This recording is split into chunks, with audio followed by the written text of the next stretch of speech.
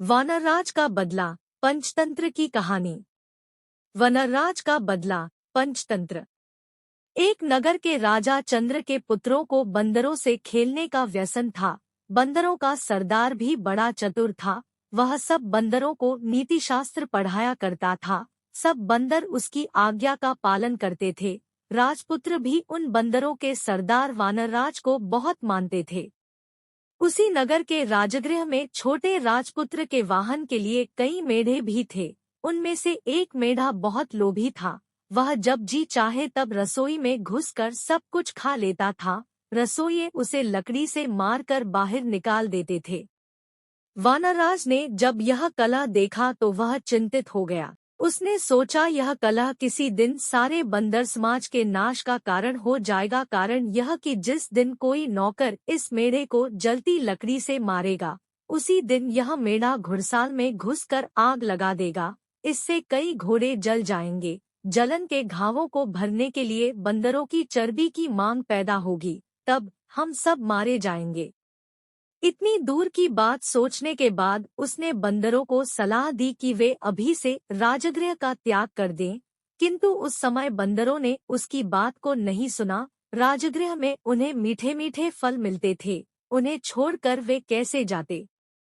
उन्होंने वानरराज से कहा कि बुढ़ापे के कारण तुम्हारी बुद्धि मंद पड़ गई है। हम राजपुत्र के प्रेम व्यवहार और अमृत समान मीठे फलों को छोड़कर जंगल में नहीं जाएंगे। वानरराज ने आंखों में आंसू भरकर कहा, मूर्खो, तुम इस लोभ का परिणाम नहीं जानते। यह सुख तुम्हें बहुत महंगा पड़ेगा। यह कहकर वानरराज स्वयं राजगृह छोड़कर वन में चला गया। उसके जाने के बाद एक दिन वही बात हो गई जिससे वानरराज ने वानरों को सावधान किया था। एक लोभी मेढ़ा जब रसोई में गया तो नौकर ने जलती लकड़ी उस पर फेंकी। मेढ़े के बाल जलने लगे। वहां से भागकर वह अश्वशाला में घुस गया। उसकी चिंगारियों से अश्वशाला भी जल गई। कुछ घोड़े आग से जलकर वहीं मर गए, कुछ रस्सी तुड़ाकर शाला से भाग गए। तब राजा ने पशु चिकित्सा में कुशल वैद्यों को बुलाया और उन्हें आग से जले घोड़ों की चिकित्सा करने के लिए कहा। वैद्यों ने आयुर्वेद शास्त्र देखकर सलाह दी कि जले घावों पर बंदरों की चर्बी की मरहम बनाकर लगाई जाए। राजा ने मरहम बनाने के लिए सब बंदरों को मारने की आज्ञा दी। सिपाहियों ने सब बंदरों को पकड़कर लाठियों और पत्थरों से मार दिया। वानरराज को जब अपने वंशक्षय का समाचार मिला तो वह बहुत दुखी हुआ। उसके मन में राजा से बदला लेने की आग भड़क उठी। दिन रात वह इसी चिंता में घुलने लगा। आखिर उसे एक वन में ऐसा तालाब मिला जिसके किनारे मनुष्यों के पदचिन्ह थे। उन चिन्हों से मालूम होता था कि इस तालाब में जितने मनुष्य गए सब मर गए, कोई वापस नहीं आया। वह समझ गया कि यहाँ अवश्य कोई नरभक्षी मगरमच्छ है।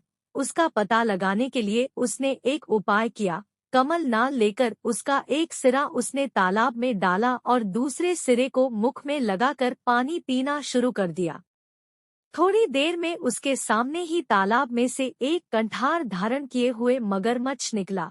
उसने कहा, इस तालाब में पानी पीने के लिए आकर कोई वापस नहीं गया। तूने कमल नाल द्वारा पानी पीने का उपाय करके विलक्षण बुद्धि का परिचय दिया है।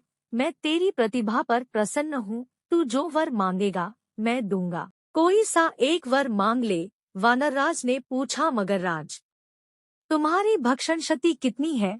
मगरराज, जल में मैं सैकड़ों सहस्त्रों पशु या मनुष्यों को खा सकता हूँ, भूमि पर एक गीदड़ भी नहीं। वानरराज, एक राजा से मेरा वैर है। यदि तुम यह कंठार मुझे दे दो तो मैं उसके सारे परिवार को तालाब में लाकर तुम्हारा भोजन बना सकता हूँ। मगरराज ने कंठार दे दिया। वानरराज कंठार पहनकर राजा के महल में चला गया।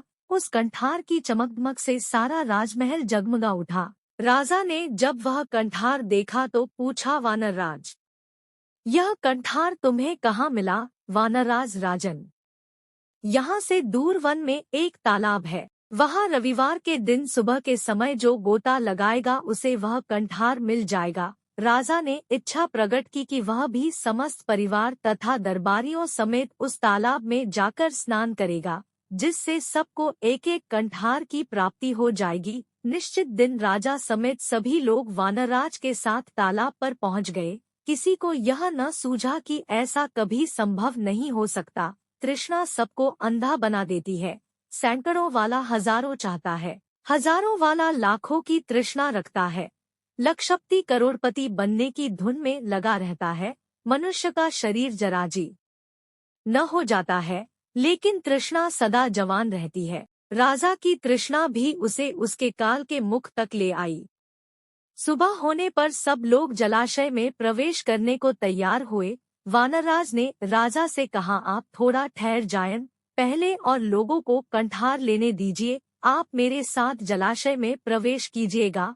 हम ऐसे स्थान पर प्रवेश करेंगे जहां सबसे अधिक कंठार मिलेंगे। जितने लोग जलाशय में गए सब डूब गए, कोई ऊपर न आया। उन्हें देरी होती देख राजा ने चिंतित होकर वानरराज की ओर देखा।